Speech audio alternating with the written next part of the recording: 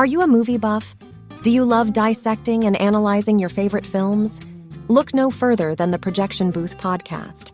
Join host Mike White and a bevy of guest experts as they explore the history, themes, and legacy of cult classics, obscure gems, and mainstream hits.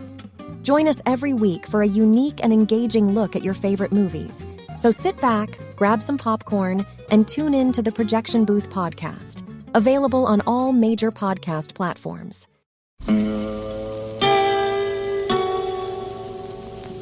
Hello, filthy movie lovers. My name is Gentry Austin. And I'm Casey Scott. And we're the hosts of the Sin Syndicate, film podcast for something weirdos, anti-criterion bros, and Joseph Sarno aficionados. Join us semi-weekly as we peer into the adults-only theaters and sticky-floored cinemas of the golden age of sexploitation, when the morals were loose, the laws were murky, and the intercourse was all simulated. Find us now on the Someone's Favorite Productions podcast network.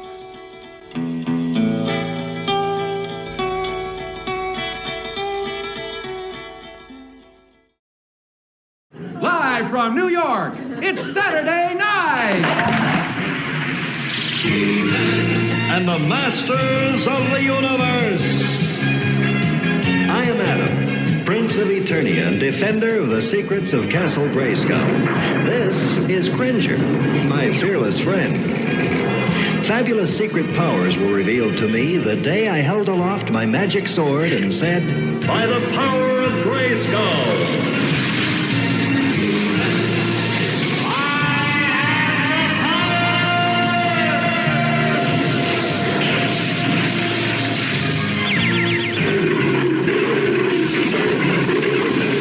Became the mighty Battle Cat, and I became He-Man, the most powerful man in the universe.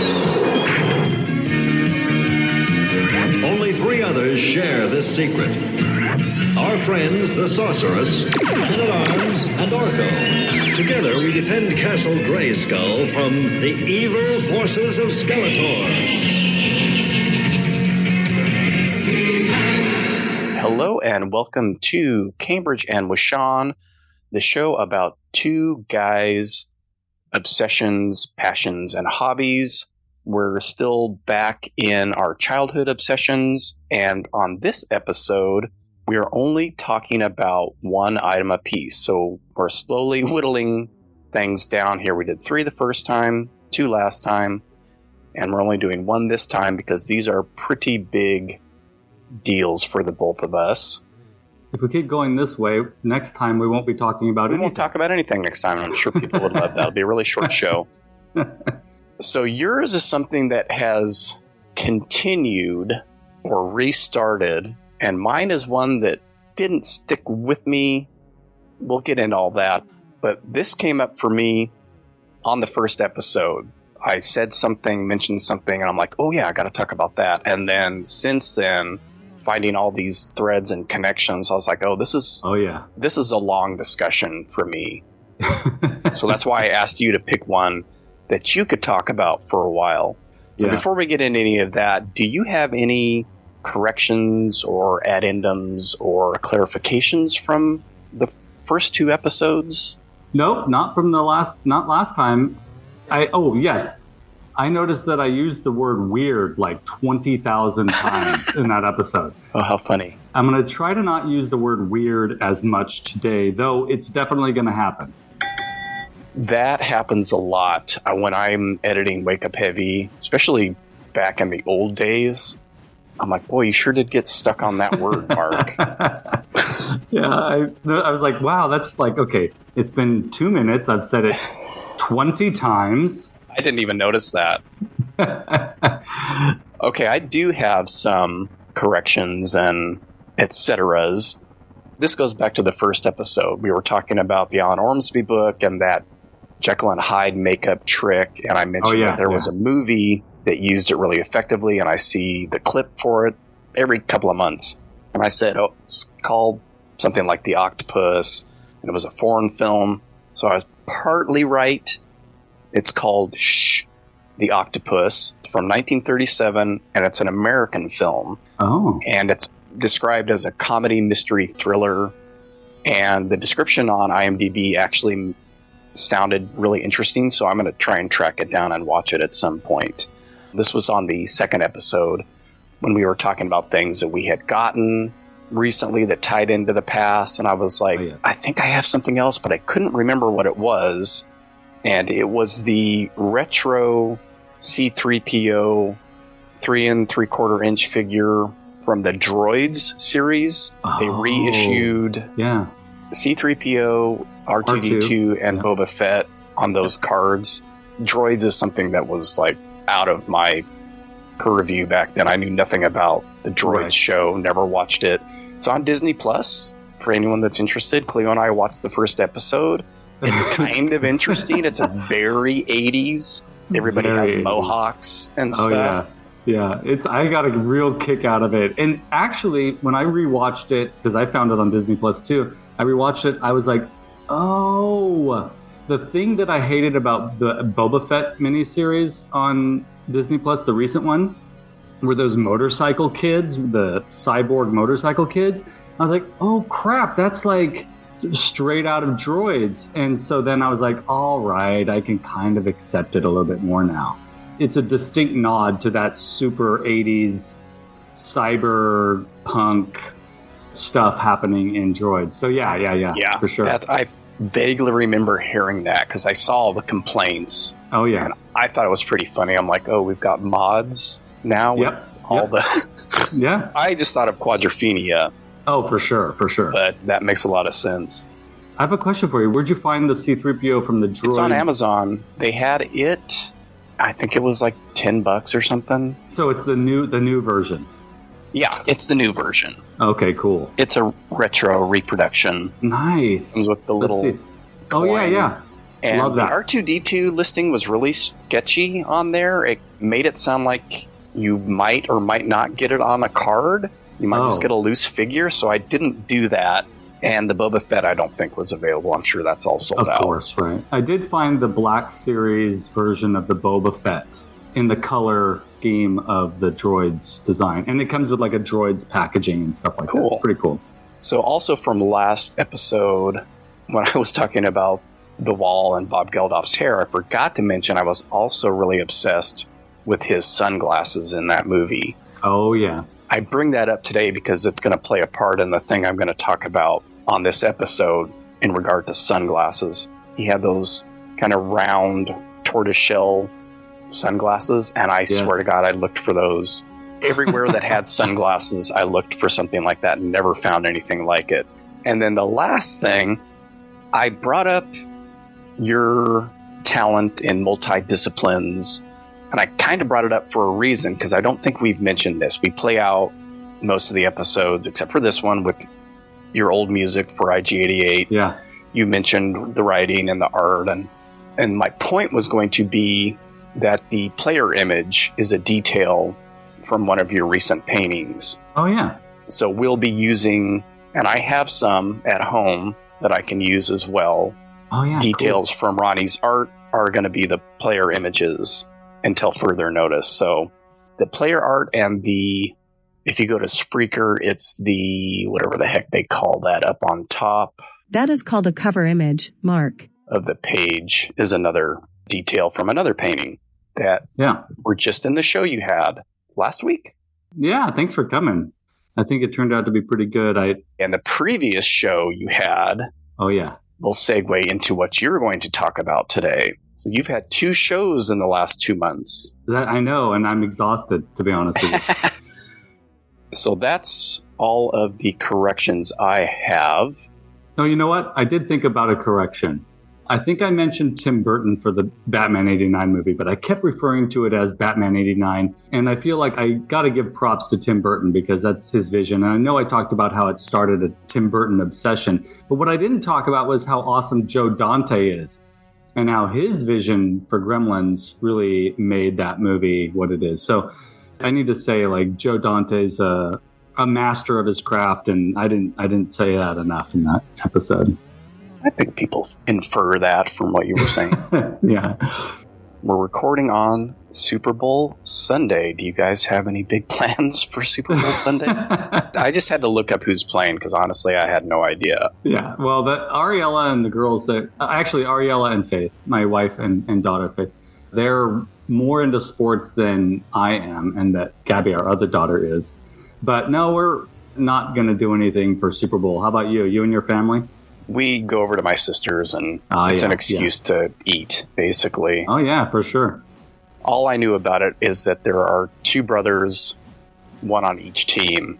Yeah, that's right. Kept seeing that on the news. But other than that, I think that's pretty exciting. I know we're going to be looking at the stats as the day progresses.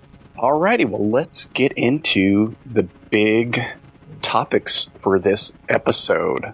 Take us all the way back to when this began for you. Uh-oh, that wall looks hungry. So my obsession, for anybody that's familiar with my Skelevator YouTube channel, one of my ongoing obsessions has steadily been, it waxes and wanes a little bit.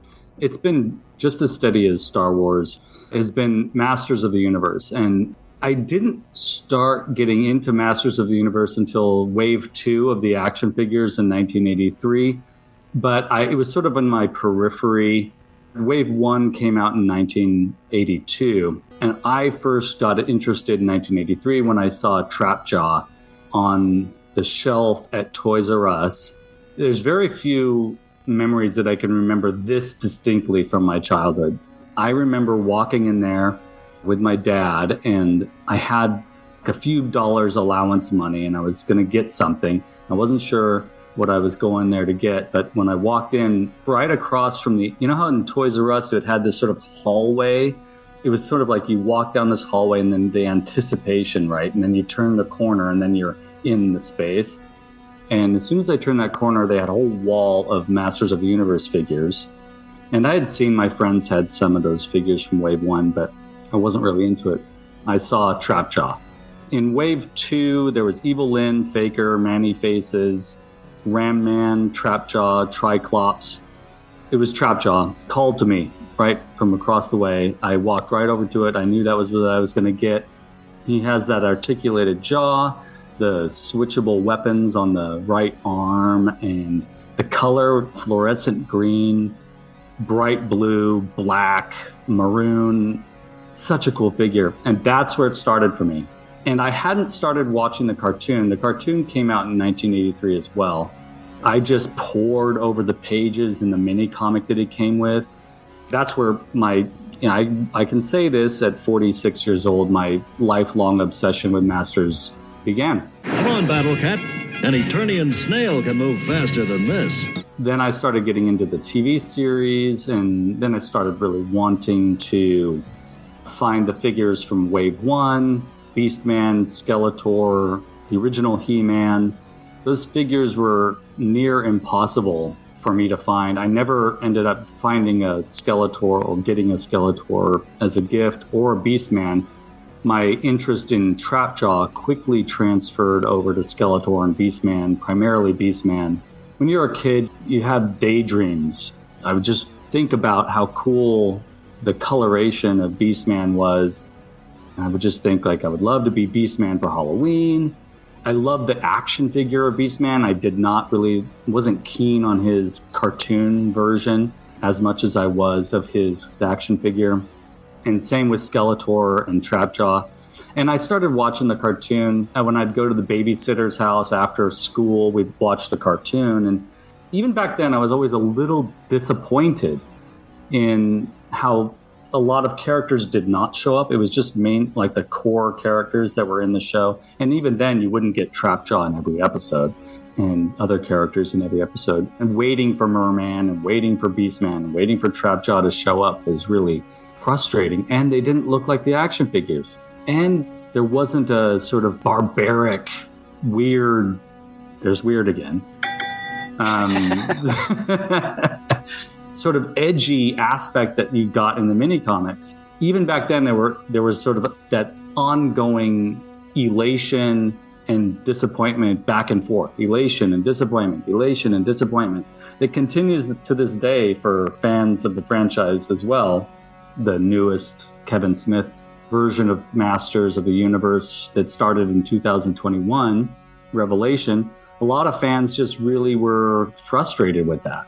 My big argument is that when has that not been the case for Masters of the Universe? You have all these different designs and different characterizations. I mean, certain characters like Stratos, you weren't sure if he was a villain or a hero in the beginning. And then in the cartoon, he became obviously a hero. And for those of you that listen to this podcast because you are a fan of the Skelevator YouTube channel, you know that Masters of the Universe is huge. It's a huge obsession for me, and it's always been there. I'm a huge fan of the super weird the 1990 New Adventures show that put He-Man in space. I hated it at the time because I was like going through puberty and I wasn't into action figures. And when I saw the figures on the shelf, I was like, that's not He-Man. That's not my He-Man. That's not my He-Man, right? That's the elation and disappointment thing back and forth. I've since grown to appreciate it. Similar to like Droids, right? You were just mentioning the Droids cartoon came out. I was like not interested at all because it wasn't my Star Wars. It was super cheesy. Yeah, and for me, I was 16 when it came out. Oh, yeah, for sure. I was not watching cartoons anymore. Yeah, it's pretty sure I was not watching cartoons anymore. Yeah. Well, I was still watching cartoons, but I just would never confess that to my friends. Well, right? you would have only been like 9 or something, so... What I mean is when I was 16. Yeah. Not willing to admit that I would be watching cartoons, but... Looney Tunes are for every age. Oh. I don't think I was actively watching Saturday morning cartoons at age 16.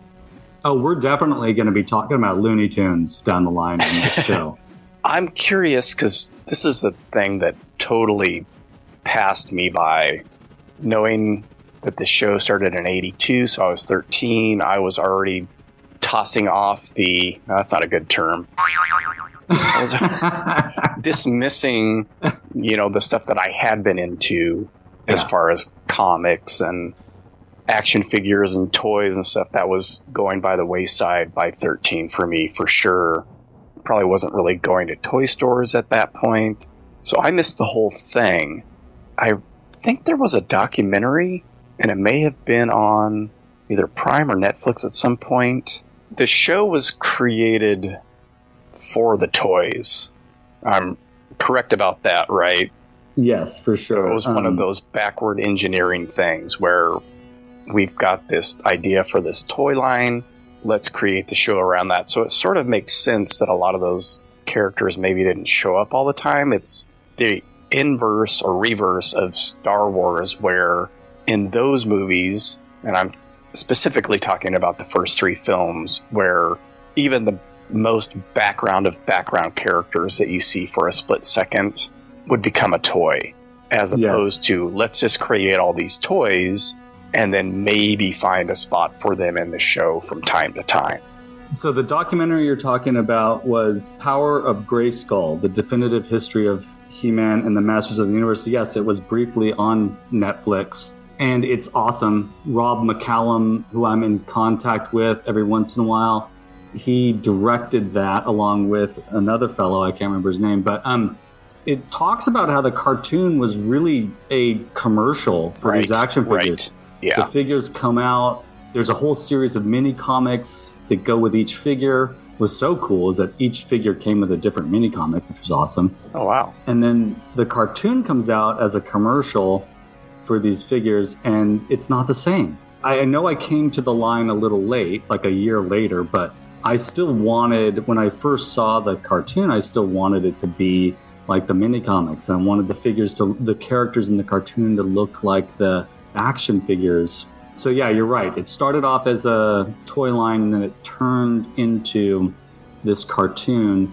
And the cartoon lasted from, 83 to 85, and was exactly like the G.I. Joe cartoon and the Transformers cartoon, these commercials for toys. And how different that is from previous IPs. Even Star Wars, the movie was first, right? And then the toys came. You had to wait for the toys if you wanted them. Yeah, you had first to. wave. We'll get into that at some point. Oh, yeah, for sure. It all started with Star Wars, and then Mattel's like, you know what? We're going to do it differently. We're going to do these action figures and then have this cartoon to sort of support that. It's funny because it was totally reactionary because Mattel initially passed up on the Star Wars IP, and they regretted it. So Masters is a reaction to that. They never appealed to me as figures. I kind of hate that wrestling-style body figure. I understand that. It's curious to me. I have a few Masters of the Universe figures, but they're like that initial prototype pack that Super 7 did of the reaction figures that they probably produced in multiple colorways by now. Yep. But it was just, solid colors, not muscle figures, and then some of their little vinyl things. I like the look of Skeletor and He-Man and a lot of the other figures as far as their clothing, but that muscle body wrestling style figure where everything's kind of bent, and even it seems like they're bent at the waist. They're like in a crouching position. It just never appealed to me. I don't know. I guess probably because Migos were so big for me that anything that wasn't just a straight static figure bored me, which seems weird to say, but... Well, no, it makes a lot of sense. And really, that's the first action figure line that experimented with, here's an action stance, which is different from the static, like the Star Wars figures, the Mego figures. They're fairly static. The articulation, you can have them lift their arms and move their legs. The muscle-bound barbarian thing totally came from the Conan the Barbarian phase that was happening. There was sort of controversy of how He-Man was a theft of the whole Conan thing, and there's definite influence on the line from Conan. I was less interested in the muscles. It's funny, I'm connected with fans out there that it's all about the muscles. To me, it was all about the odd color choices, the odd combination of action features, of space and barbarian. That aesthetic really appealed to me.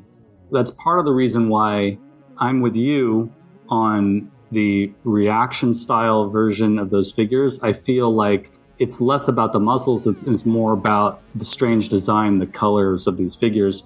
I'm one of the Masters of the Universe fans that appreciates those reaction figures. I've got a lot of them. You know what would be interesting? I just thought of if Mego ever did them.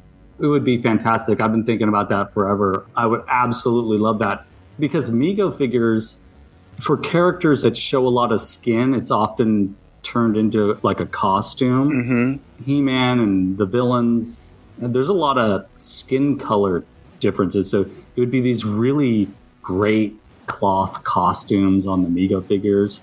Unfortunately, in this day and age, they probably wouldn't do that. I would love that. Like Tarzan. I have a Tarzan. I never had one as a kid. It's a full bodysuit. Yeah. Instead of just trunks. Yeah. They would probably do trunks and stuff now, but they have a muscle body. I mean, I don't know if they've used it. I know that Figures Toy Company has used the muscle body on some figures. Mego had the Hulk and the Thing back in the 70s. That muscle body would work for most of the figures, I think. Yeah, I think they should do it. It would be a hit. It would be huge. It would be interesting. I'm curious. I mean, I'm sure that's a really expensive license, but they don't have any other figures in that scale currently, as far as I know. No, in fact, the closest thing to that scale with a 12-inch... Mattel did a reaction to the Gentle Giant Star Wars thing where they did 12-inch figures based on the original action figure design. So they've never had figures in the, 8-inch for Mego? They haven't done figures in the 8-inch scale. The closest they get is 7 inches, and some figures are a little bit taller than 7. But with those 7-inch figures, the classics and the Masterverse figures that are more recent, it's all about high detail. It's all about statuesque renditions of these characters that you want to just put on the shelf and have them be static. The Mego version of these characters would be all about the vintage Mego thing. So that would be similar to Reaction. That would provide a whole new retro angle to these characters' designs. I think that would be amazing. I've thought about that too. The other consideration besides scale is that they would be cloth figures.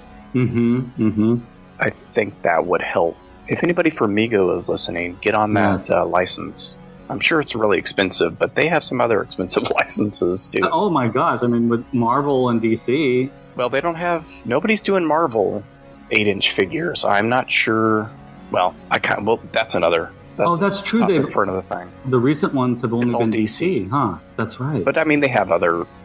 They've done Happy Days and Wizard of Oz, and oh yeah, for sure. They do a bunch of horror ones and Planet of the Apes, and yeah. I'm sure that to get the rights to produce the Scream Ghost and Freddy Krueger and stuff like that can't be cheap. Yeah, I agree.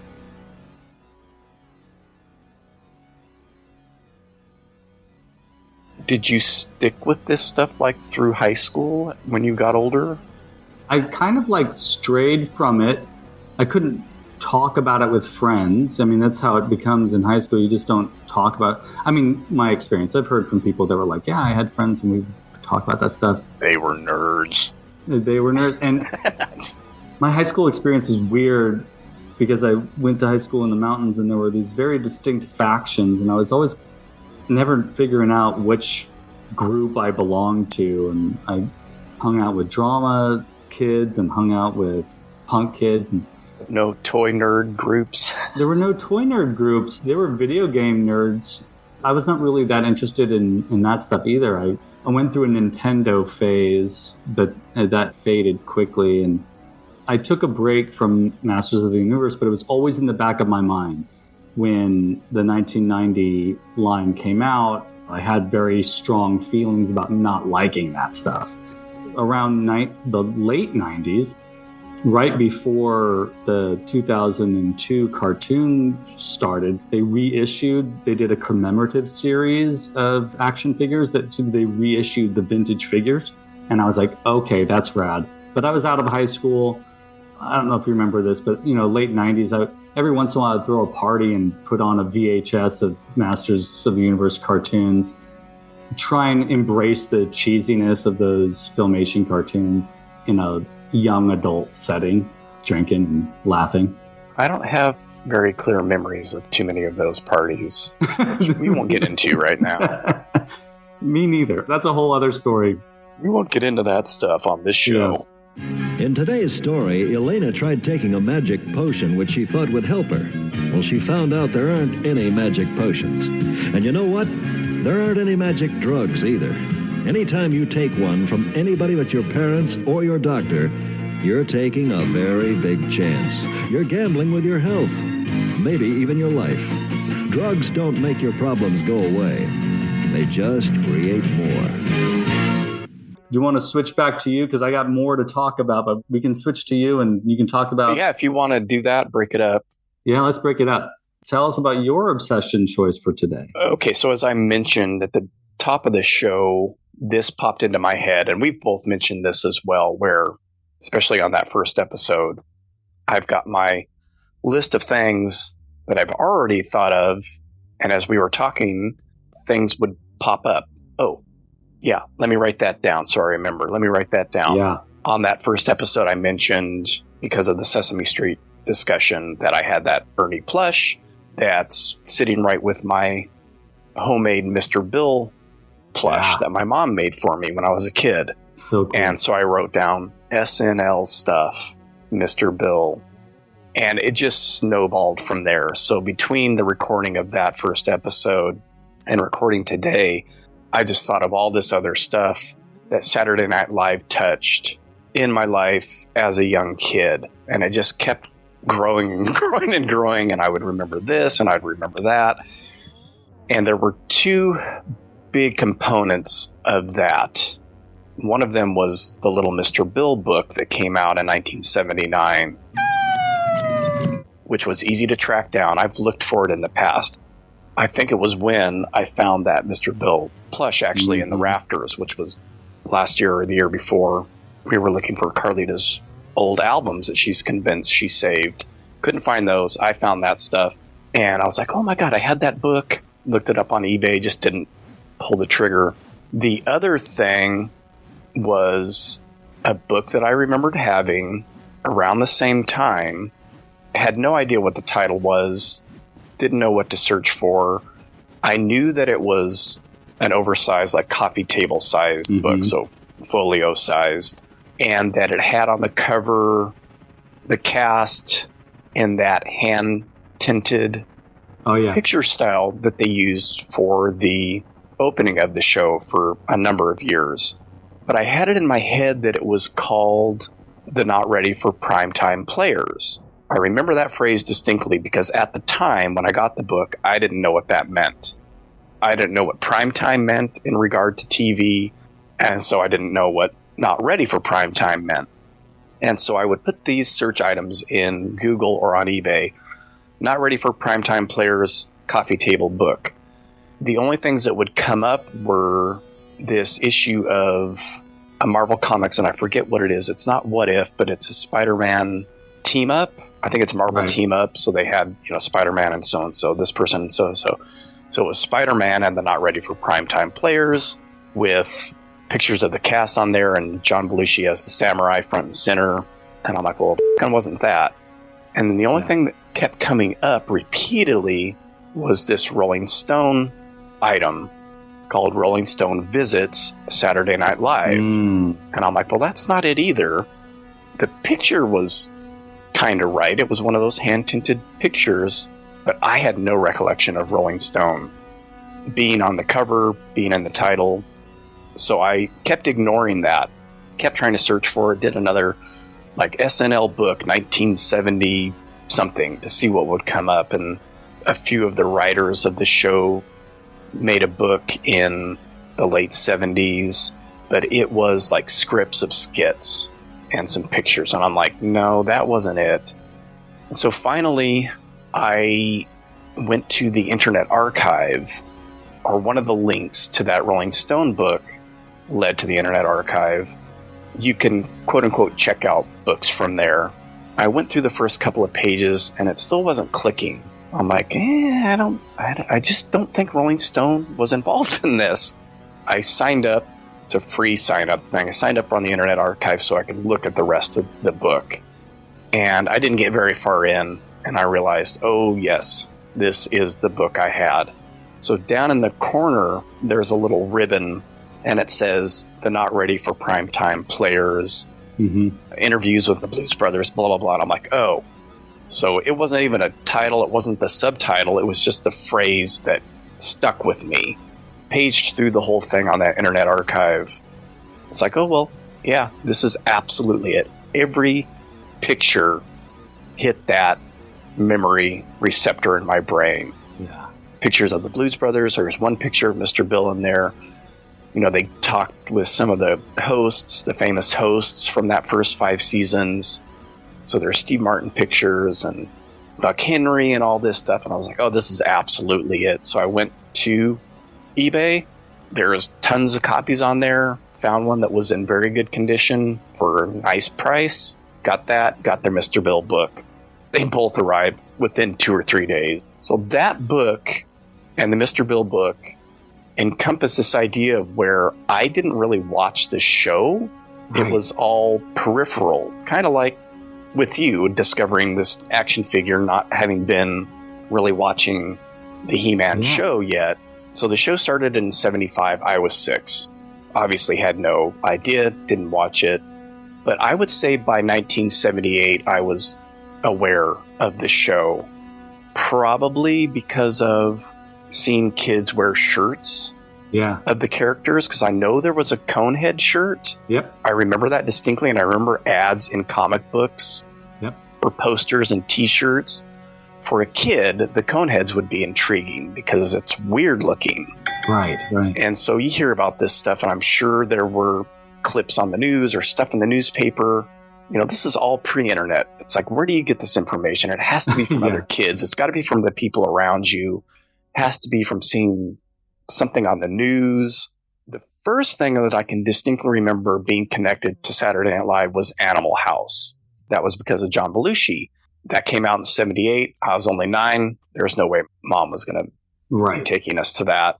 A friend of mine, though, had the soundtrack, and I borrowed it and fell in love with that soundtrack. Oh, yeah. It's got little clips of the movie in between the songs, but it has all those great early 60s songs.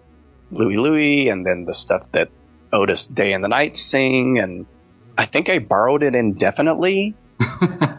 And I know that I was still pretty young because my sister didn't have her record player yet. So I had to listen to that tape out in the family room on my parents' old clunky wood grain cassette player receiver combination. Listen to it constantly. Probably one of my first musical experiences that wasn't influenced by my parents. You know, it wasn't Neil Diamond or the Carpenters. It was something that was my own, and I could hear little bits of the movie because of it. It's good to know there are other people out there raised on Neil Diamond and the Carpenters, who I love to this day. All this music, Animal House, Neil Diamond, Carpenters, Simon and Garfunkel, they're all on my phone. For me, add in the Stand By Me soundtrack, but that came later. I have a question for you, and I've been thinking about this actually since you and I have been talking a little bit about early SNL. We had mentioned in passing briefly the phenomenon of knowing who Truman Capote is and Andy Warhol and these characters from pop culture, knowing who they are without knowing who they are as kids. Mm-hmm. And the same thing with Saturday Night Live, though I do not believe that phenomenon still exists for Saturday Night Live today. And I could be wrong because I'm not a kid anymore, but I feel like there was a quality that the early seasons of Saturday Night Live carried, which kids would pick up on. The Jaws shark at the door. Who is it? Land shark. Oh, Walter. The Coneheads, John Belushi as the samurai, King Tut, Steve Martin, like all those things we maybe found out about it from our parents. There was a pop culture phenomenon that kids could pick up on related to Saturday Night Live too, which just doesn't exist anymore. There are probably other things like video games and Five Nights at Freddy's or something like that. Right. I'm pretty sure is an adult geared game, but kids pick up on it because of the character design. So stuff like that still happens. It's just in the ether and you just somehow absorb it. I think the first episode I ever saw, and I probably didn't see it all the way through, and it may have been a rerun of the episode because it's season 2, episode 8. So that was 76, sometime in 1976, and I still would have been too young to be staying up that late. But I remember very distinctly when Paul Simon was the host, and might have been his second appearance as host, where he comes out in a turkey suit, plays a song in a turkey suit, and then he and George Harrison perform a couple of songs together. And I was also getting into the Beatles at the time, and I just remember it confusing me because I knew who Simon and Garfunkel was because my parents had that greatest hits tape. And they did Here Comes the Sun. I knew that song, but I knew it was a Beatles song, and I'm like, why are these two? Were these two together at some point? Well, what's going on? But that is one of the most vivid memories I have, though, is watching those two guys perform that song together. Yeah. Don't know when I watched it, but it would have been sometime between when it aired and probably 1980 or so. Maybe every once in a while when my parents would go out on a Saturday night, we had a babysitter, or even after they came home, and let's say me and my sister were still up, we might have caught the first half hour or so of the show. Watching it in toto wouldn't come until years later, but picking up on all those pieces and those characters and the actors that made those characters was the big thing, because a lot of what I would then explore or look for involved John Belushi, Dan Aykroyd, Chevy Chase, and Bill Murray, etc. You know, Animal House is one of those things. You mentioned King Tut, the Steve Martin bit, and it was played on the radio. King Tut, how'd you get so funky?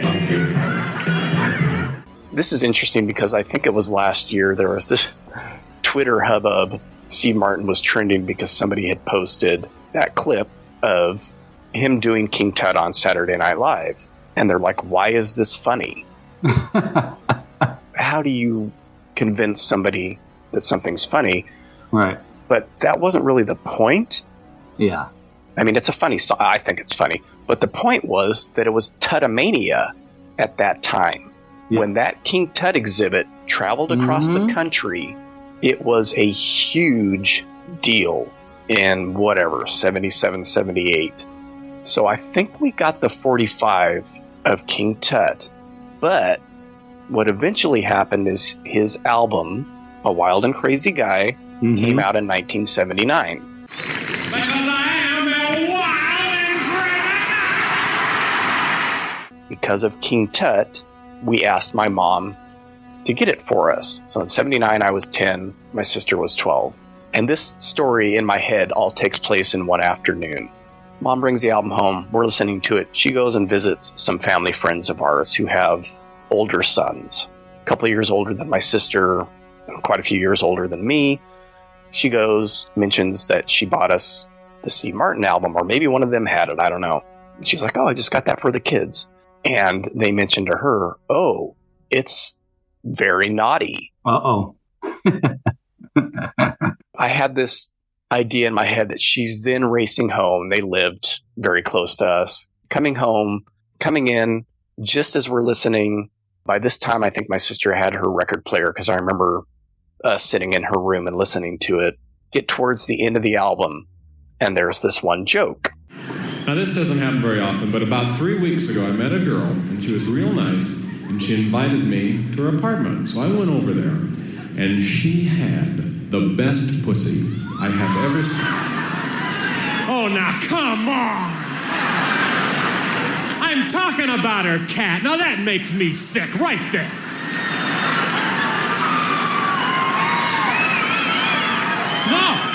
No, you can't say anything anymore that people don't take it dirty, and I'm sorry, that disgusts me. That cat was the best fuck I ever had. I don't think she took it away from us or anything. I remember I've listened to almost the whole album. You can get it on iTunes. Yeah.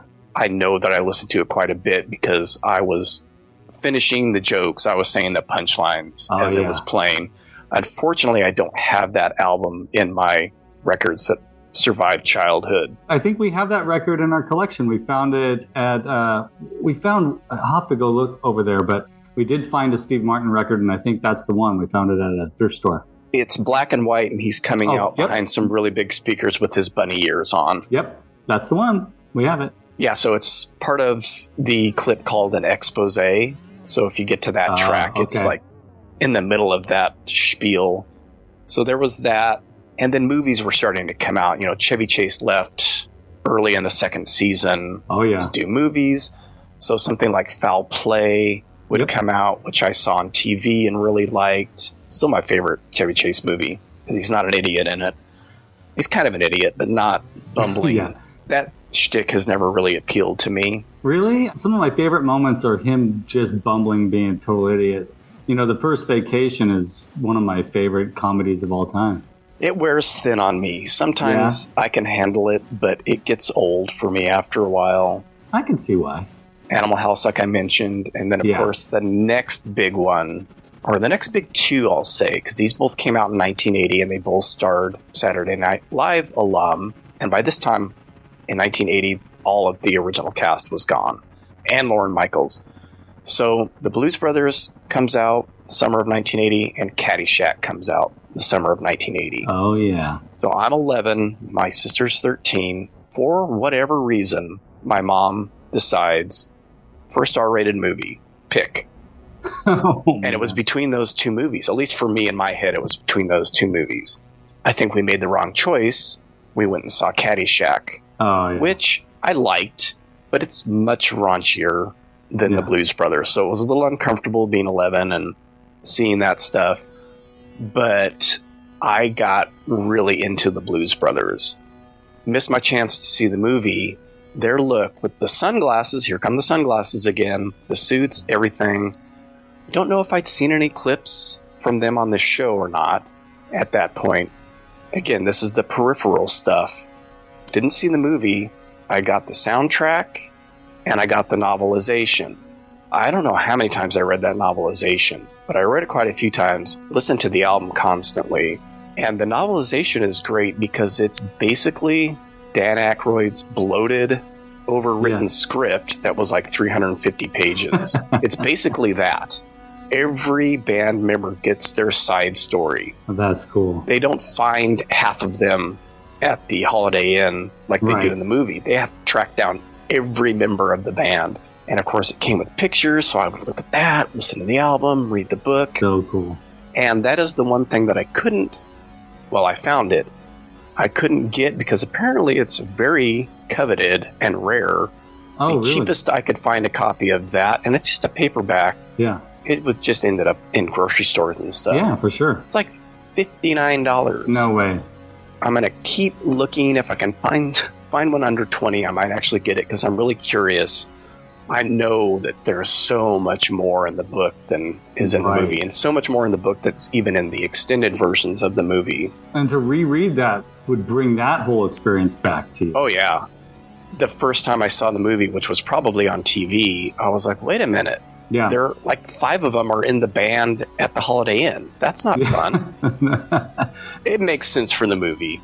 They did that whole thing, that whole shtick when the Muppets came back and they did that movie, The Muppets, where they had to find all the original members of the Muppet Show, go around and find them in their odd jobs and bring them back into the fold. That whole thing again shows up there in that movie. Well, I'm sure that is a nod to the Blues Brothers. Absolutely. Because there is a definite connection between Saturday Night Live and the Muppets. Oh, certainly. They were on, well, we'll get to that. So I kind of skipped over something and went a little bit out of order here. But actually, the first movie that I saw with Saturday Night Live people in it was 1941. And I saw that in the theater, and I'm pretty sure it was because of John Belushi and Dan Aykroyd being in it. And I absolutely loved that movie. And I know that I rented it a lot. It's on Crackle right now for anybody that's interested. Steven Spielberg's flop, apparently. It still holds up for me. I still think it's absolutely wonderful. I haven't seen that since I was a kid. I need to see that again. I don't think when I saw it, well, I know I hadn't seen Jaws yet because the opening didn't ring any bells except for the music, which, of course, everybody knows was associated with Jaws. So he spoofs himself at the beginning of the movie. Got the same girl back and everything. I don't think I knew. I just think it was somebody spoofing Jaws. I didn't even know it was a Steven Spielberg movie. First Steven Spielberg movie I saw in the theater. And I didn't know until years later that it was considered a failure. You know, after Jaws, after Close Encounters, I can understand that. It didn't fail at the box office. It made money. Right. But people are like, it's over. You know, it's bloated. It's over. I loved it then. I think it holds up, and it's due for a reappraisal. But that was definitely that 1979, 1980, 81. I was really heavy into all the people from the show. At some point, and I don't know how I got his address, you mentioned finding Jack Nicholson's house. Yeah.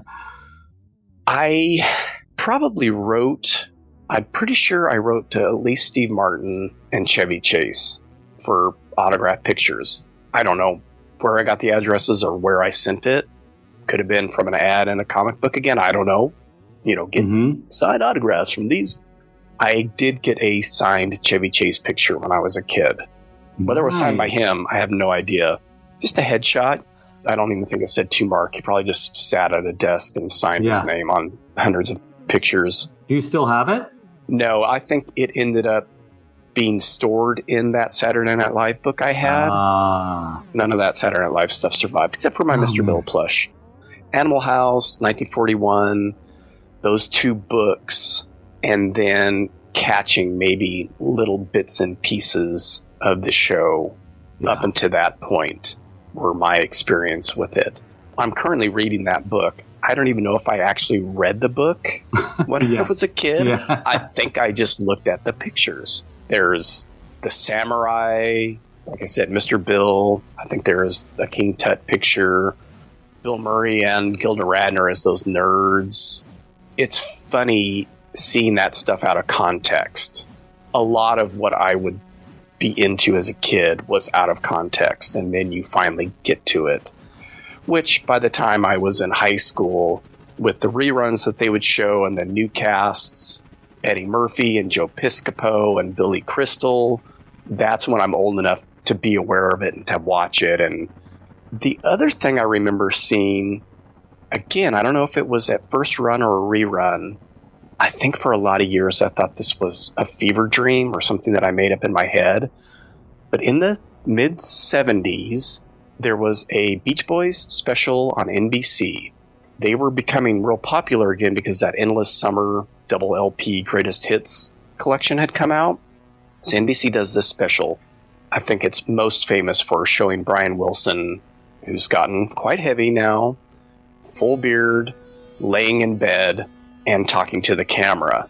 I've seen that clip, and it's just phenomenal. No wonder, right? I mean, that's epic. That is epic. I distinctly remember Dan Aykroyd and John Belushi showing up and dragging him out of the house to make him surf, and thinking how weird that was. Well, found out just yesterday, actually, Lorne Michaels produced that special. He was a big fan of the Beach Boys. Oh. Brian Wilson hosts at some point, I think, in the second season. Brian Wilson was the musical guest, not the host, on episode 9 of season 2. He brought along Belushi and Aykroyd. I'm sure there's other SNL people on that thing as well. It would be interesting to watch that whole thing again. I remember watching it as a kid, but like I said, I don't know when.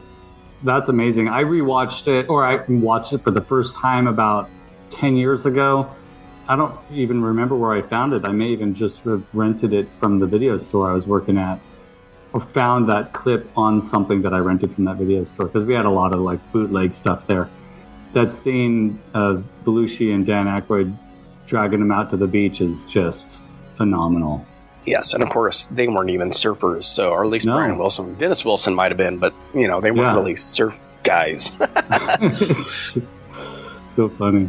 The other movie, and I always forget about this one, that I went and saw in the theater was How to Beat the High Cost of Living. I don't know if you've ever seen it or ever heard of it. Jane Curtin. I have heard of it, yeah. Susan St. James, and Jessica Lange. And I don't know if it's something that I asked to go see just because Jane Curtin was... I could see Saturday Night Live being that much of a draw that I'd be like, oh, one of the cast members is in this. It's PG. Please take me to it. The only thing I remember about that movie is that Jane Curtin, well, her body double, flashes her tits. It was 1980. I was 11. 1980 was a big year for me and boobies because there's definitely boobies in Caddyshack. Yep, certainly. And there's boobies in How to Beat the High Cost of Living. And then I believe Dragon Slayer came out in 1980. Oh, come on. Dragon Slayer was released in 1981, another good year for movie boobs. You know, Disney, hello, showing boobies and dong. That scene in Dragon Slayer is burned into my memory. Probably singularly marking my official graduation into having boy thoughts about girls. Yeah. Yeah, that was a stunner. That was a very shocking reveal. And I'm sitting there, you know, at that point, I don't know. I mean, we got dropped off at movies, but I have a feeling my mom was there. And it's like, ooh, so mortified to be watching boobies. But I've shown that to Cleo. That's another one that holds up. And that fucking dragon in that movie is amazing. It's the best dragon I've ever seen in a movie ever, and still to this day. And I'm talking about the amazing special effects in Game of Thrones. Those dragons are great too. It's not the same. It's just not the same. CGI is not the same as practical effects. I don't care what people say. The dragon in Dragon Slayer is perfect. It's pretty amazing. It's also just it's just a damn good movie. Like, that movie is great. Yeah, it's a lot of fun. So I have a few other things that we'll get to when we switch back. So let's get back to your Motu obsession.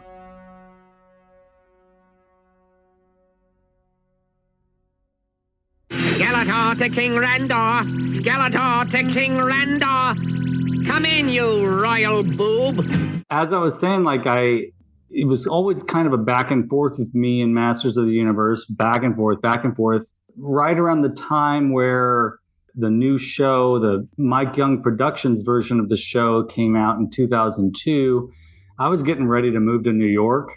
The figures were coming out, and I got a couple of them, and I would watch an episode here and there. I believe it was on Cartoon Network. In 2003, I was living in New York City.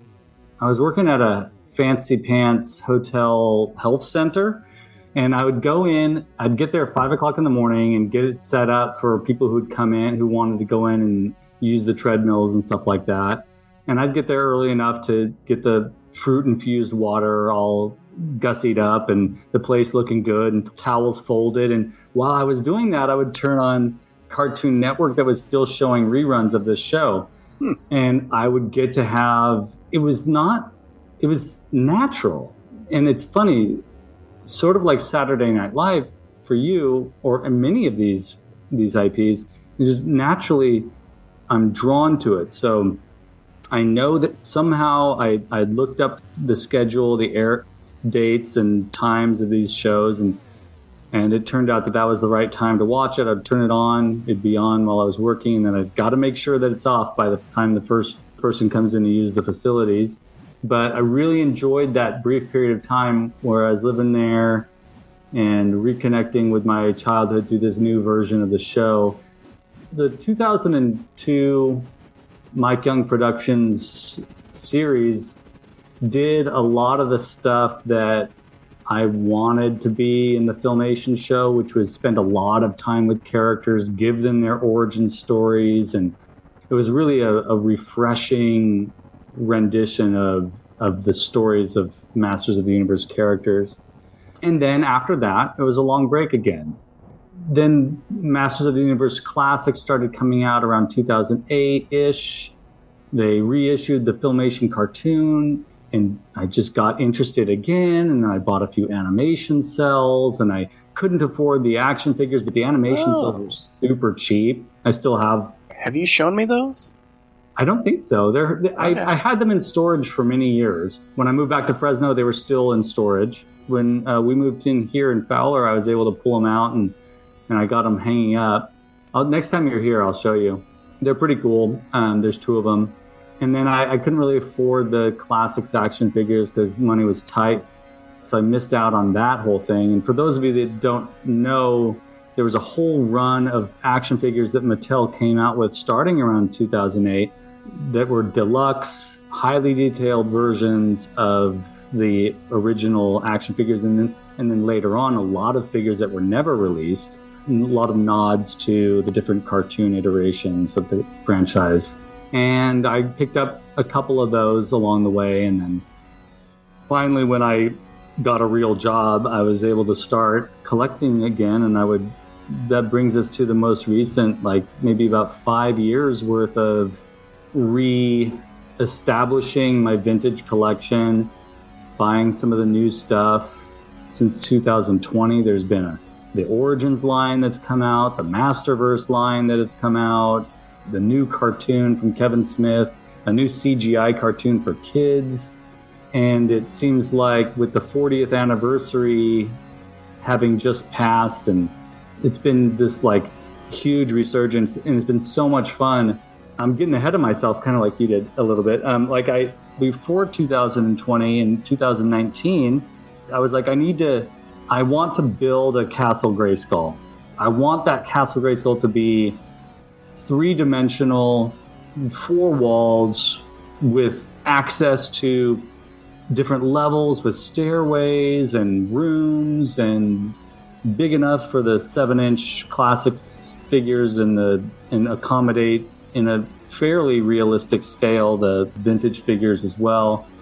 There had been a Classics version of the Castle Grayskull released, which was way out of my league as far as spending money on a play set, so I wanted to build one myself. I had messed around with sculpture as an artist before a little bit, not to this extent, and I was nervous, but I had to do it. We joke about it in our household, but it was very much like this. You know that scene in Close Encounters of the Third Kind where Richard Dreyfuss... that was what was coming into my head already. Yeah, Richard Dreyfuss making that mashed potato mountain. Or how about the one where he's tearing everybody's yards apart so he can make the big one in his house? That's what I thought of. Yeah. But that first scene where he's putting the mashed potatoes on the plate and his wife's like, oh my God, what's going on? And then the camera pans over to his kids and one of the kids is crying. Yeah. And I'm like, our daughters were not, they weren't that affected by it. But I know that my wife was like a little worried about what was going on, me going out, me gathering these materials and salvaging styrofoam from old packages and getting stuff from Home Depot and watching these YouTube videos on how to make dioramas. It was really, that is the marker for when my interest in Masters of the Universe or re-interest in Masters of the Universe sort of entered midlife crisis territory. You kicked it up to another level. Totally kicked it up to another level. That's when our daughters were like, you should make a YouTube video. Our youngest helped me develop the Skelevator name because, I like Star Wars villains and I like Masters villains. Smart kid.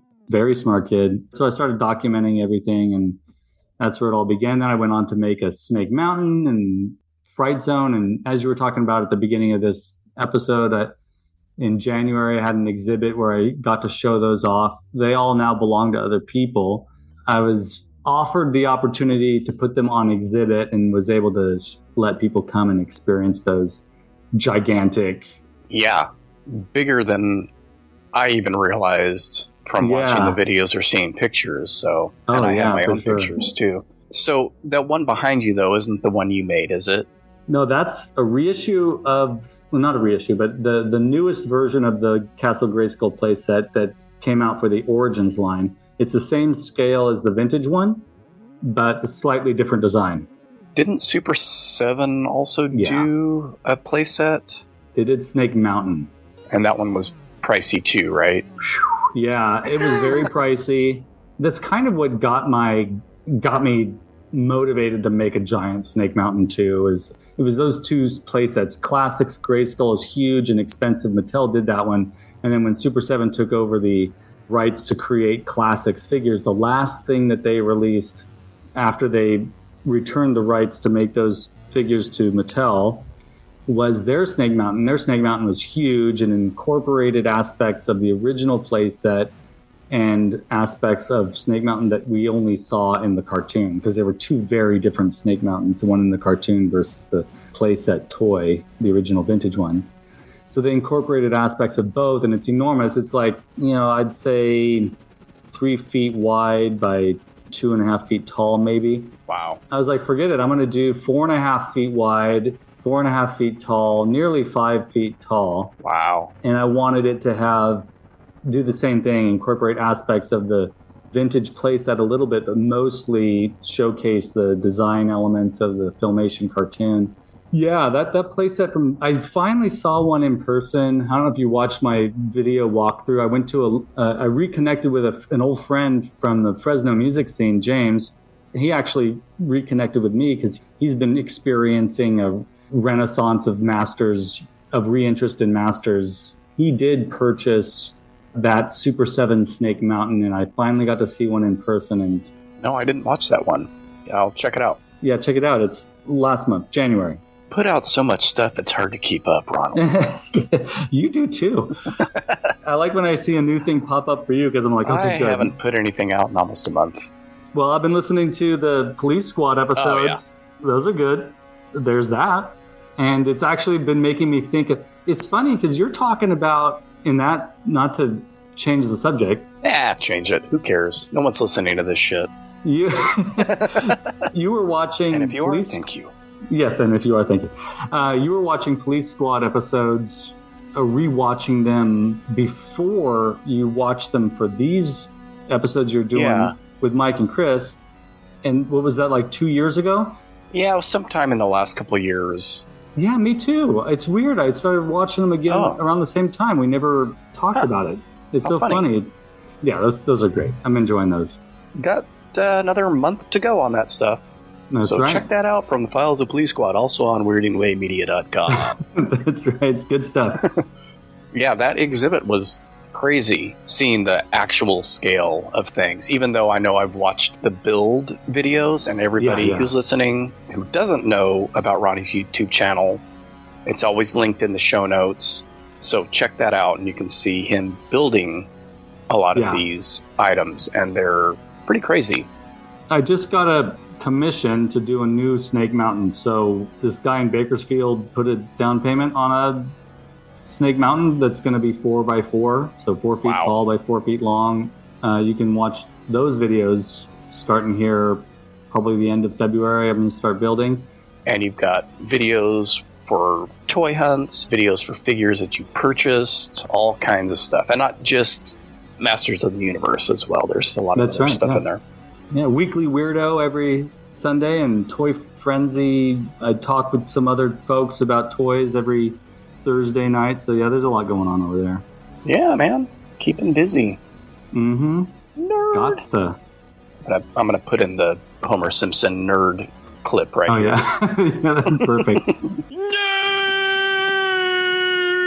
And you're still finding figures from all these different lines. Are you getting the space laser versions from the 1992 show that you mentioned?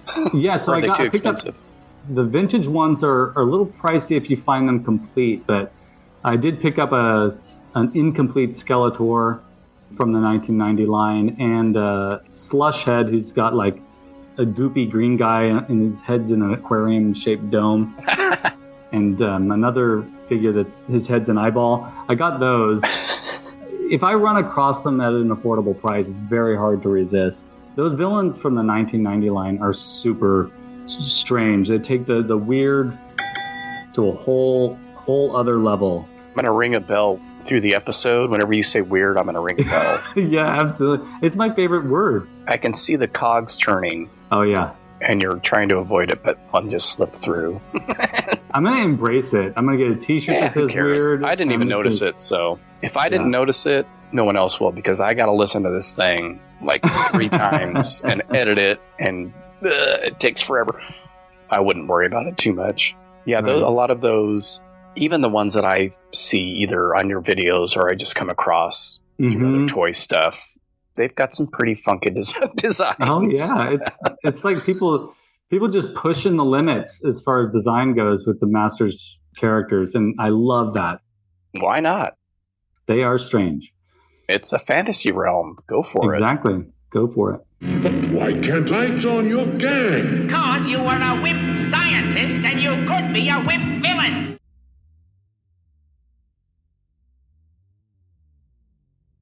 So one of the culminations of this early fascination that was probably really just strongest between 79 and 81 was my 6th grade year. So that was 80 to 81. I was 11 going on 12.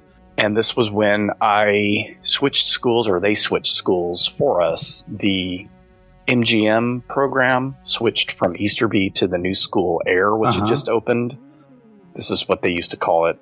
Mentally gifted minors. Now it's GATE, or it was GATE for a long time. Oh, yeah, that's right. I forgot about that. So it was a magnet school, so you get kids from all over the area to go to these schools. And we got the most feared 6th grade teacher of all. This is Little John. Oh, I love that. That's so great. She was pretty ruthless, but she got incredibly sick very shortly into the school year. She was diagnosed with cancer, so she was gone for a good chunk of the year. So we had this rotating lineup of subs, because I think they would get rid of them after a certain point, so they didn't have to pay them more. If you're a long-term sub, you get paid more per day. Right. So we had like 3 or 4 subs that would be there for weeks on end. At one point, I used this to our advantage because subs didn't really And I was a sub for a long time, so I know this. Subs don't really know the full routine or what's going on necessarily. So I convinced one of our subs that we were putting on a play, that we were practicing for writing, doing all this stuff for a play. And I was the writer and the producer, and I guess the director of this play. And it was my riff on Saturday Night Live skits. So I had seen enough, absorbed enough. The humor that, more of the absurd type humor, like Land Shark, like you mentioned, like Coneheads, just some of the offbeat stuff was what really took hold with me. The only thing I can remember from it, we did a Weekend Update and everything. So it actually, we actually ended up doing this. I took this excuse to get me and my friends out of class and actually created a play and performed it for the rest of the class. I remember the Weekend Update, or having a Weekend Update segment, and then the only skit I remember, and it's because of the title, was the Satanic Scarf of Santa Claus. And for me, that just sums up in my head what I thought about Saturday Night Live. And I don't know if it's a direct ripoff of something from Saturday Night Live. It very well could be. Yeah. I'll get to that eventually because I'm working my way through the show right now. I used Saturday Night Live as an excuse to get out of class at some point in sixth grade. That's awesome. Oh my gosh. And again, by this point, like even with the book, that book came out shortly before that original cast all left. Lorne Michaels left. I remember stuff I mentioned, Eddie Murphy and Joe Piscopo and Billy Crystal were kind of the big names of that in-between phase. But the season that I remember watching for the first time all the way through, I think it's the 11th season, and so this was 85 to 86, I assume, and it's considered probably one of, if not the worst season of the show. Michaels came back, fired everybody that was there before, which was probably Christopher Guest and Julia Louis-Dreyfus and all those people. Fired all those people, brought on Joan Cusack, Robert Downey Jr., Nora Dunn, Anthony Michael Hall. Oh my goodness. Randy Quaid. What? John Lovitz, Dennis Miller, Terry Sweeney, and Denitra Vance. That's interesting. So I must have started watching after that while Dennis Miller was still on.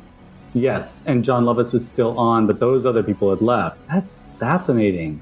I watched it because of Anthony Michael Hall and Robert Downey Jr. Of course. I watched the show because I was 16 by that point and I could stay up. If I wasn't out with my friends or at somebody's house, or even if I was at somebody's house, I was old enough to stay up now past 11:30 and actually watch the show.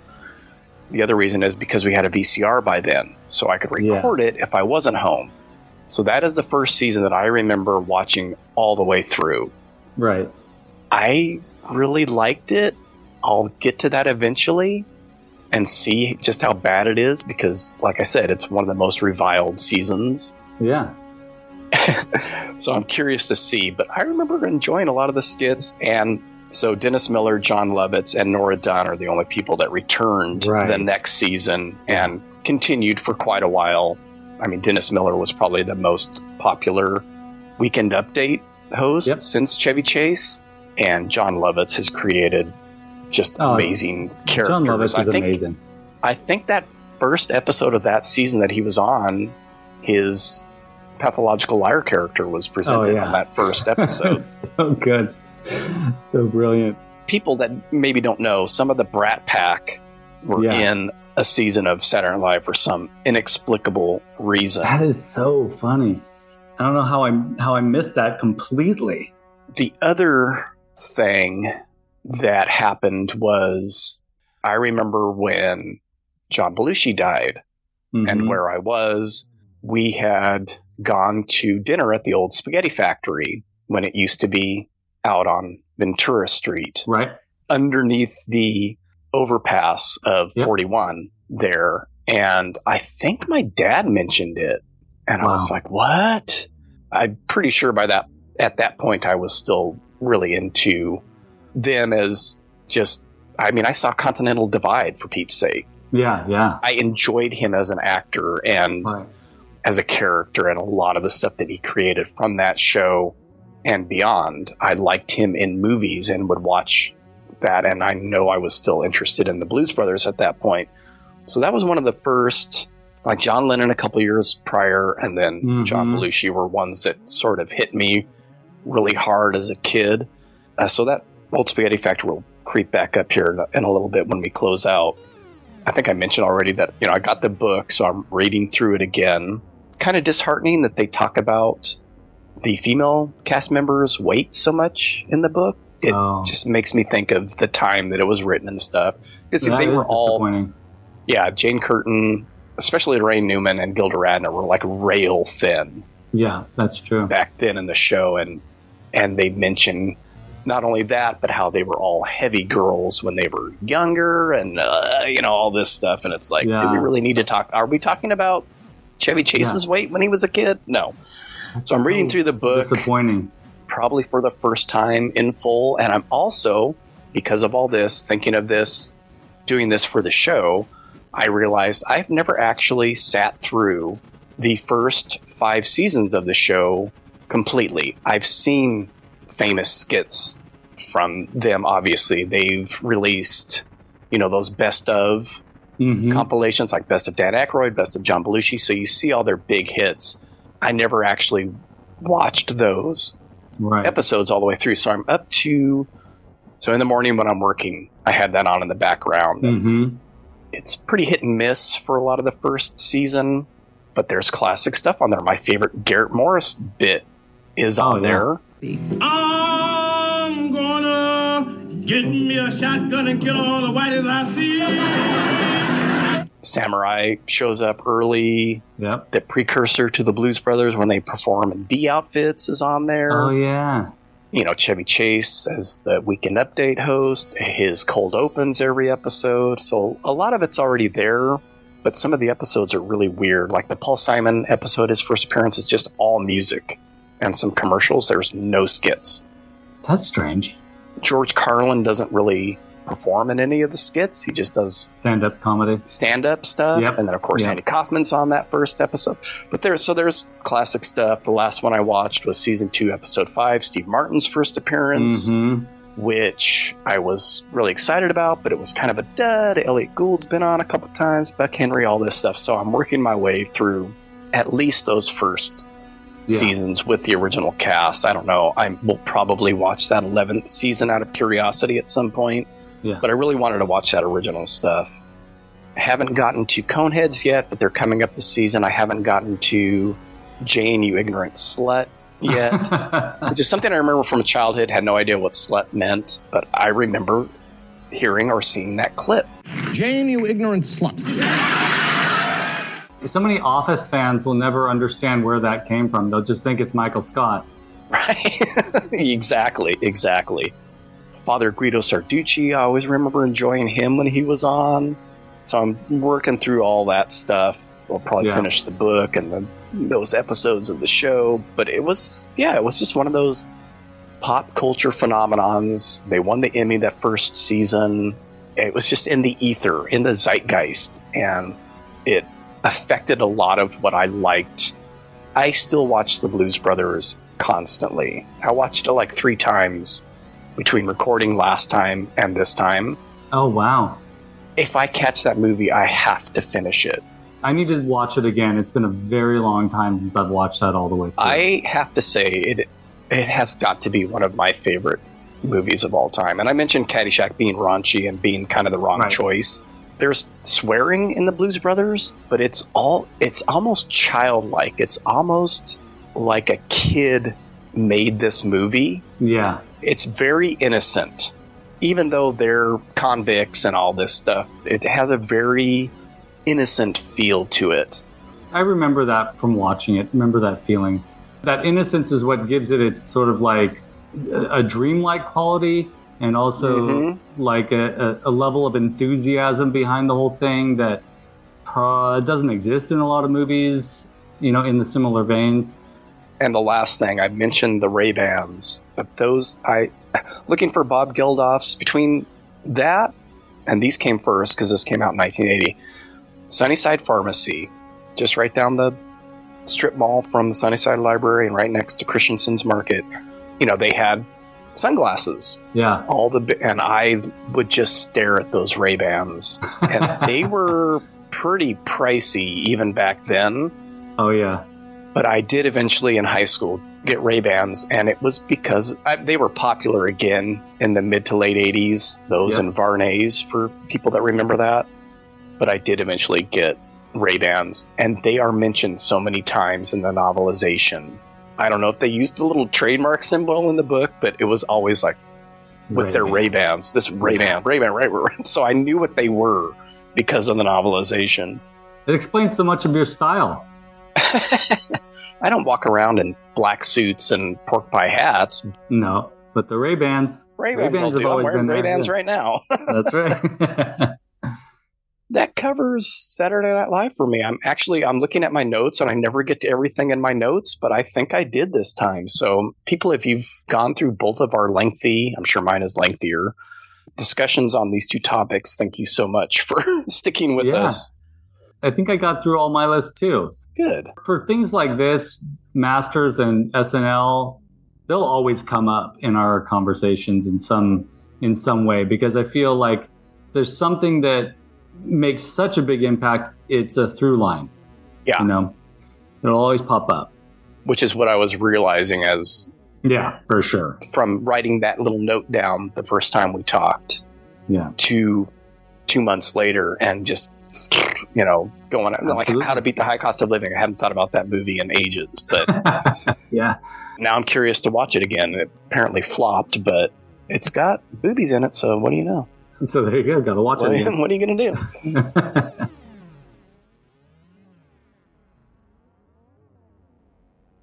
So what's your location? What's your local locale? It's interesting because I didn't... You brought up the Spaghetti Factory, and that's something I had already thought about a little bit. Mainly because there was that one location which was underneath the overpass. It was like venturing into a different city whenever we would go to eat there. There was a nightclub there later on in the 90s called the Cadillac Club. Actually, earlier than that, because I saw Guns N' Roses there in 1987. I went to a lot of punk shows there. It was right next to the Spaghetti Factory. And that area, that warehouse, I'm putting it in air quotes, no one can see that, warehouse district of downtown Fresno. You can say quote unquote. Quote unquote. This is an audio medium. It was a fascinating area, and eating there and then going to see punk shows there in the same building. I have very fond memories of that location. It is a weird spot, and now it's Bitwise, which our friend Jason Cooksey, I don't think he works at that location, but he works for Bitwise. That's true. And I'm glad that it's still, the building is still there. I mean, it's been overhauled completely, but the bones of it are still kind of there. And for those of you that have old spaghetti factories, you kind of know how it doesn't matter what the outside looks like, because when you get in there, it's the wood paneling. It's the usually they have a train caboose in there that you can sit in. Recycled furniture from, antique stores and stuff like that. Because we went to one in Portland once when we were visiting my mom's family. I'm like, it's the same thing as the one in Fresno. Weird location right on the edge of downtown Fresno, which at that time was not the best place to be. Parking lot was just dirt, if I remember correctly. Right around the corner from there, Valley Novelty. Don't say it. Don't say it. I'm not going to say it. Don't say it, because that's my place today. Okay, You're go not for stealing it. my thunder this time, motherfucker. So my place, which is right around the curve, one of the few bendy streets in Fresno is Ventura Street. Right around that curve was Valley Novelty. Yeah. Which, again, because of that location, I didn't really go to very often. Like, you'd never think about it. I would never think about it. I know I went a handful of times, and it lasted in one form or another up until 2017. So it closed not that long ago. By that point, like you mentioned, I think we talked about it before, it was basically just a party favor, maybe costume store. But back then, They definitely had costumes, and I know they had rubber masks. Oh, yeah. I remember looking at those rubber masks and just going, whoa. Because you would see those in the comic book ads, too, and it was sure. I can see them in real life. In its heyday, it was a really cool place to go find all that kind of novelty stuff, but then that phased out eventually, and it was just sort of like a party rental place, as you were mentioning. But they kept that Santa Claus up there on the top. You got to mention that. Yeah, I was going to mention the funky... It's not even a blow mold. You can look up pictures of it. It's still up there. Yeah, he's a plaster sculpted Santa Claus. Kind of disturbing. Hanging awkwardly off the top of the sign. Exactly. The reason I brought it up is because it ties into this whole Saturday Night Live thing in a way, because that is where I got my arrow through the head gag. Oh, that's Steve cool. Martin popularized when I just watched that Saturday Night Live episode. He threw it on while he was playing the banjo.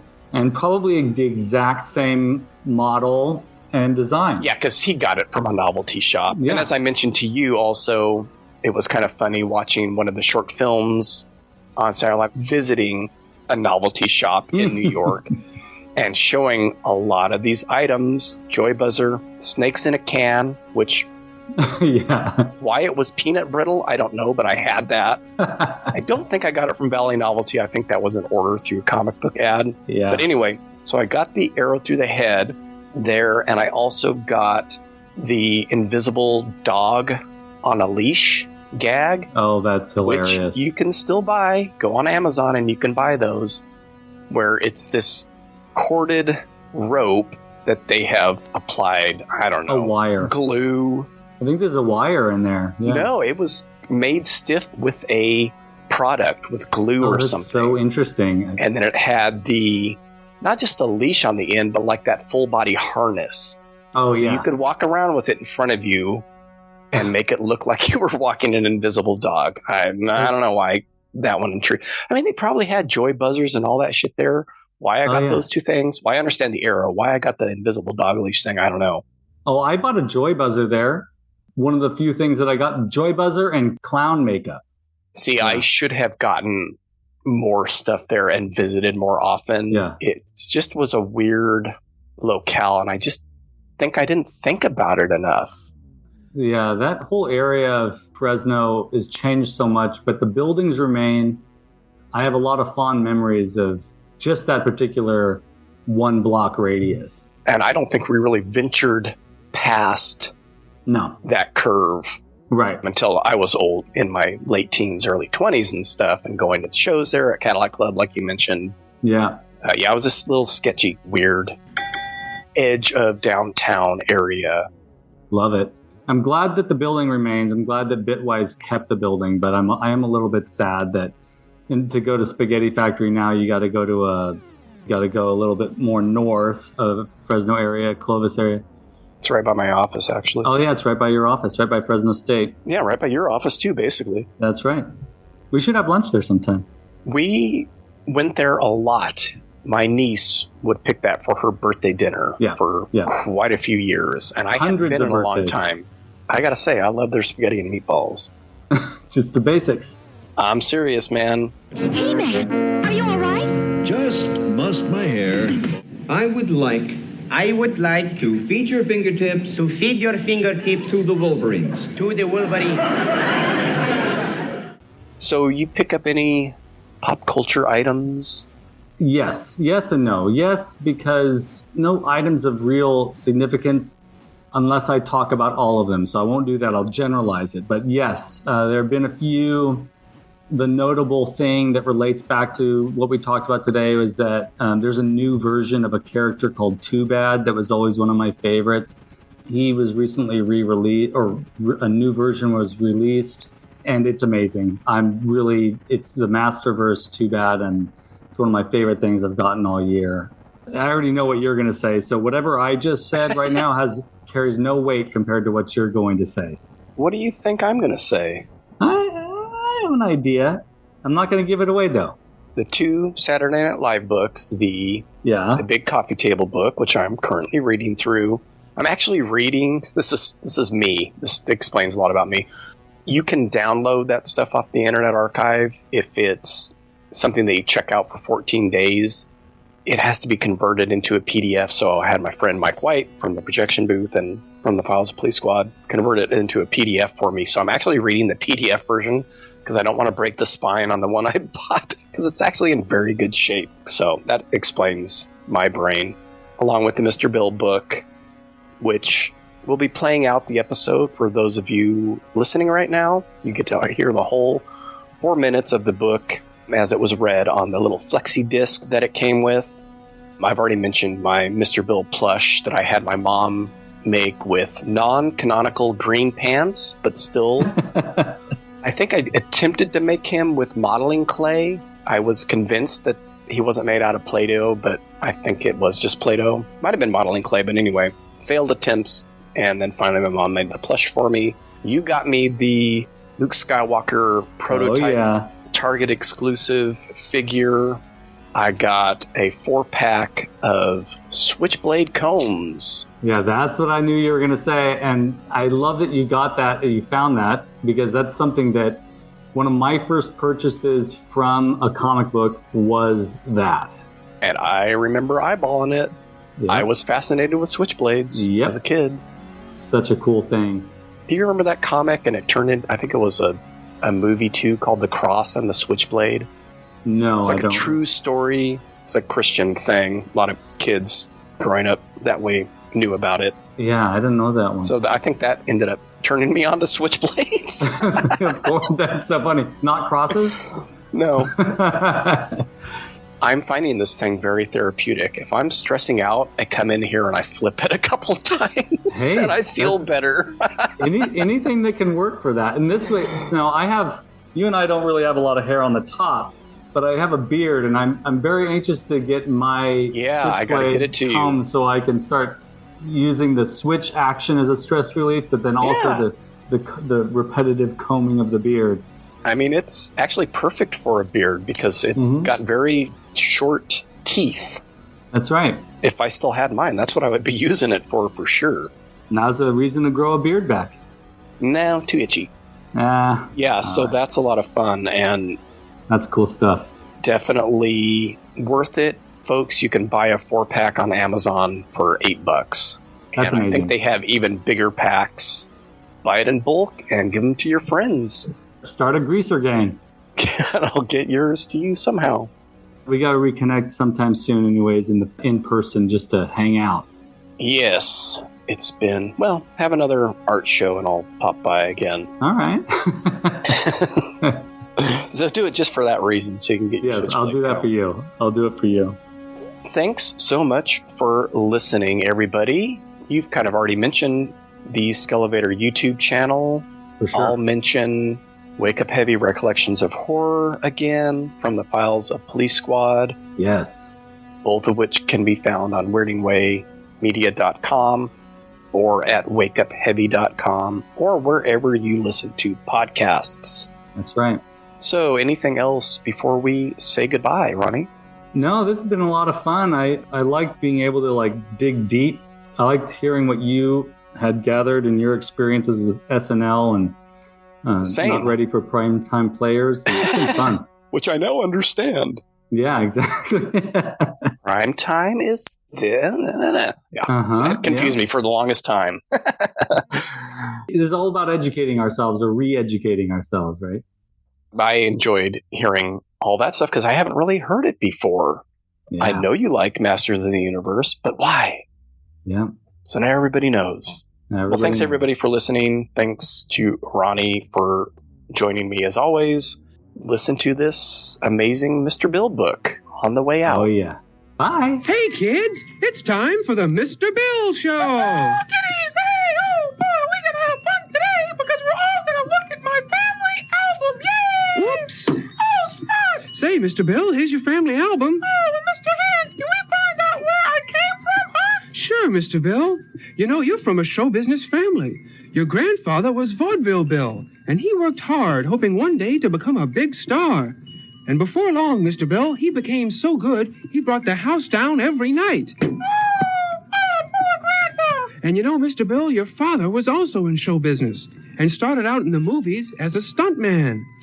But your father found being a star even more hazardous than being a stuntman.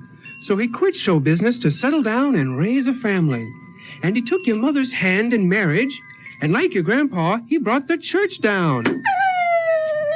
Say, and before you know it, along came little Billy. Oh, that's me, yay! Your mom and dad were out in the backyard picnicking that day, when all of a sudden, the glorious event happened. And as it often happened in those days, your father died during childbirth. Oh, what a rotten way to come into the world! And then, Mr. Bill, you received the slap of life. Then, Mr. Bill, that very evening, during a terrible rainstorm, another glorious event occurred, when a shivering little stray dog scratched on the door, and we took Spot in to stay forever. Here comes Mr. Bill. Oh, hey, Spot, hey! But you know, Mr. Hands, it seemed like I remember we didn't have any towels to dry him off. Oh, I took care of that. Oh, poor Spot, oh! Say, and talking about drying off, do you remember your first diaper? And how I helped out when your mom didn't have any safety pins? Oh, yeah, how can I forget that? Oh, and you know, it was also the time you spoke your first word. Soon your mom had to go out shopping, so you got your first babysitter, Auntie Sluggo. Oh, she wasn't a babysitter. She was just mean to me. But Mr. Bill, she ironed your clothes for you, and she fed you.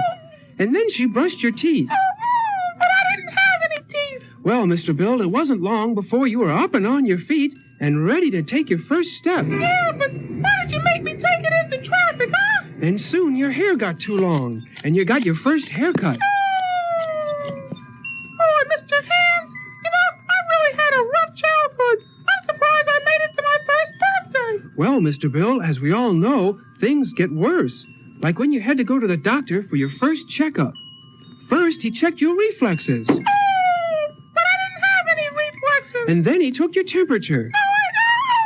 Well, Mr. Bill, at least your blood pressure was normal. Oh, yeah, but the worst thing that happened was when you gave me the vaccination for all the kids in town. But, Mr. Bill, you've never gotten polio. Now, come on, Mr. Bill, things weren't that bad. Like, remember what a charge you got out of Christmas? Yeah, but why did I always have to help to light up the Christmas tree, huh? But, Mr. Bill, remember all the fun you had at the playground? Like when you played buried treasure with your pals. Oh, there wasn't any treasure down there. And remember the seesaw? And how about all the great thrills when you played catcher in the Little League? Yeah, but why did you bring me so close to the plate, huh? Well, Mr. Bill, you've finally become a young man. And remember your first day at school? Yeah, I remember. And you know something, Mr. Hands? I'm beginning to think that maybe you haven't been such a good friend to the family like you say you are. And you know, if I see one more time you helped us out, I might get really mad. Oh, well, I'd better shut the family album then. Oh, now you're in the family album, Mr. Bill. Bye-bye.